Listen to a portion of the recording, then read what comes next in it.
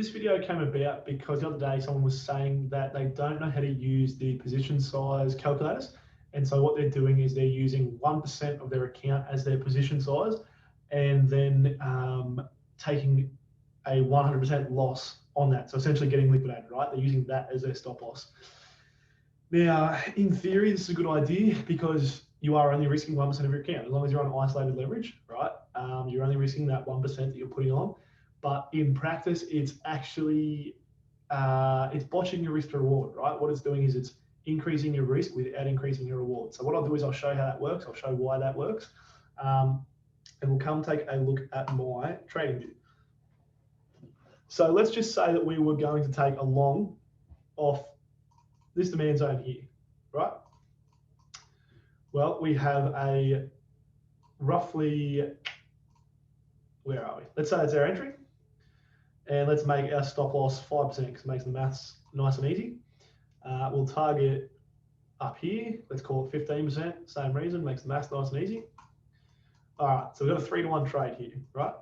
So what this person was saying was, let's say they have a $10,000 account. Well, then 1% of 10,000 is $100, right? So their position size is $100. That's what they're saying they're doing. They've got a 5% stop loss. And so what they were doing, so let's call this our stop loss.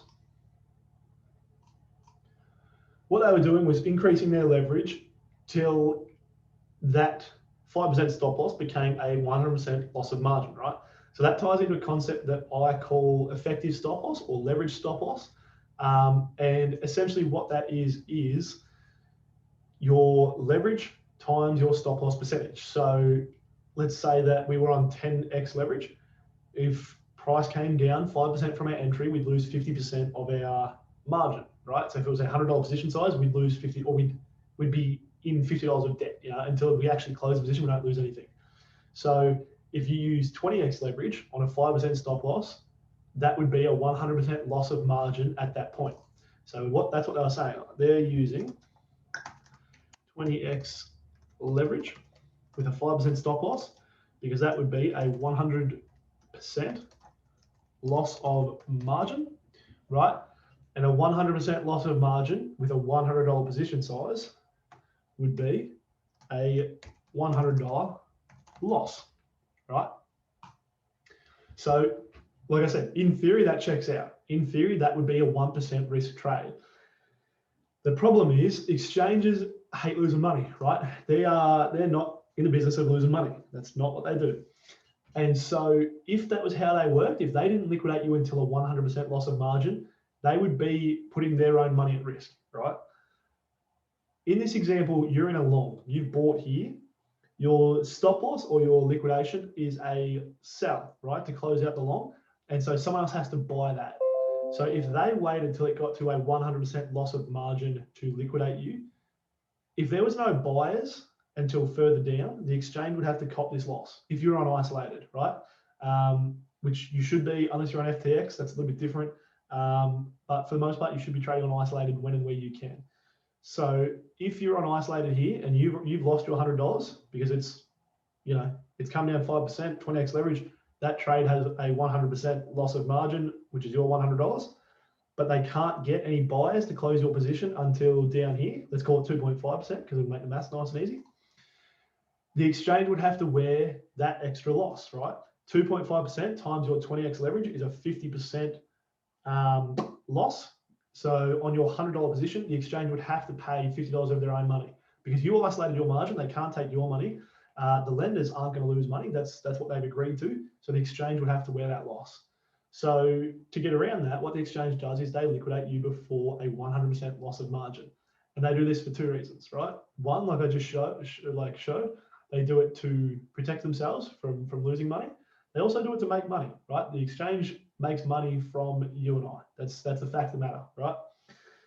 They do it through fees. They do it through liquidations. They do it through paying traders to trade against us. The game is rigged against you. You can still win it, but the game is definitely rigged against you. So how they calculate your actual liquidation point, right? Because what we're saying is it doesn't happen at a 100% loss of margin. In theory, it should. They make it happen earlier.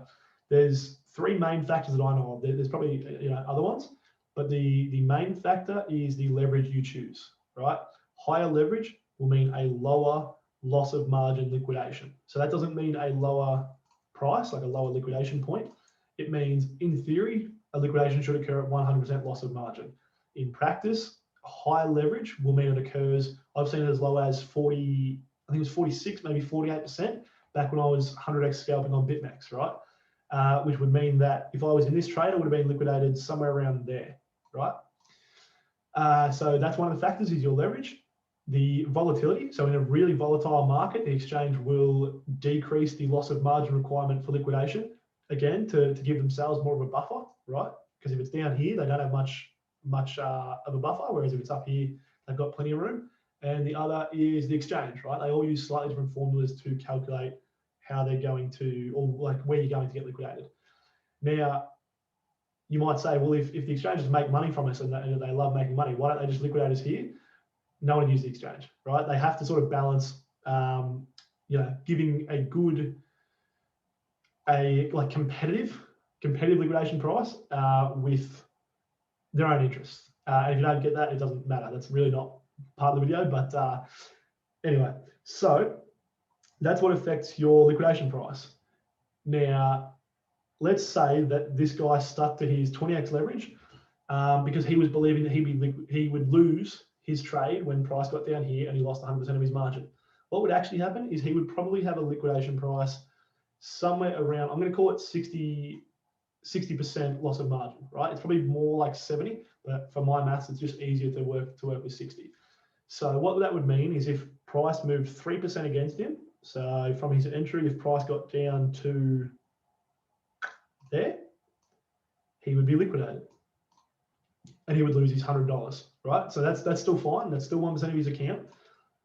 You might be looking at this and saying, well, look, the risk to reward just went up, right? It was 3-to-1 here. Now it's 5-to-1, but that's not actually true, right?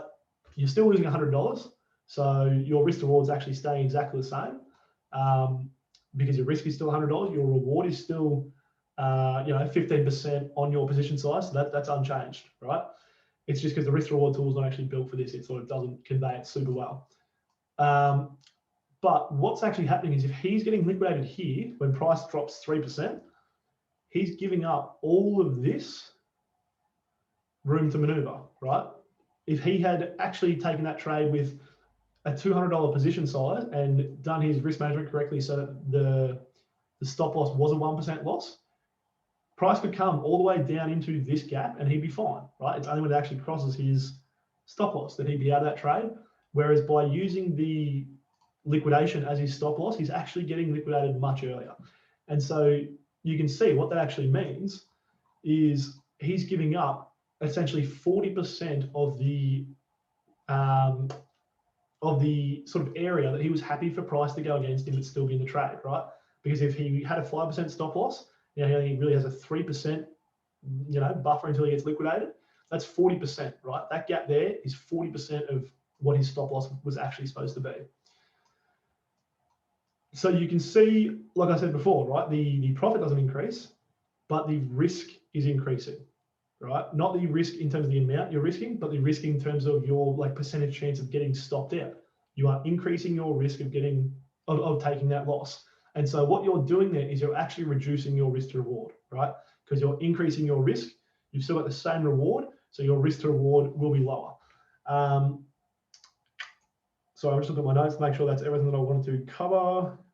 Yeah, so yeah, exactly that. So you are increasing your risk for the same reward, which is not what you want to do in trading, right? In trading, you want to increase your reward for a given amount of risk. So this is the opposite of what you want to be doing. So I hope that made sense. I know, like with me throwing around loss of margin, I reckon I said about 20 times liquidation, I probably said 50. It might get a little bit confusing, but the fact of the matter is, if you use a liquidation as your stop loss, you are actually reducing your risk to reward. That's the key takeaway, right? You are reducing your risk to reward. That's not good. That's not what you want to do in trading. So I hope that helps clear it up. I will put the link to my position sizing calculator video in the description. It's well worth learning how to use a position sizing calculator. They're not usually super hard to learn. Mine, I like to think it's pretty easy, but I mean, I built it, so I know how it works. If you don't like mine, Google them. You'll find plenty. I know there's the ProfitD.io one. Someone might be able to, I'll put the link to that in the description as well. Yeah, it's well worth learning how to use a position sizing calculator, right? Your risk to reward is everything in this game. And if you're using liquidation as your stop loss, you are botching your risk to reward. So hope that helps. Happy trading, guys. And yeah, enjoy it.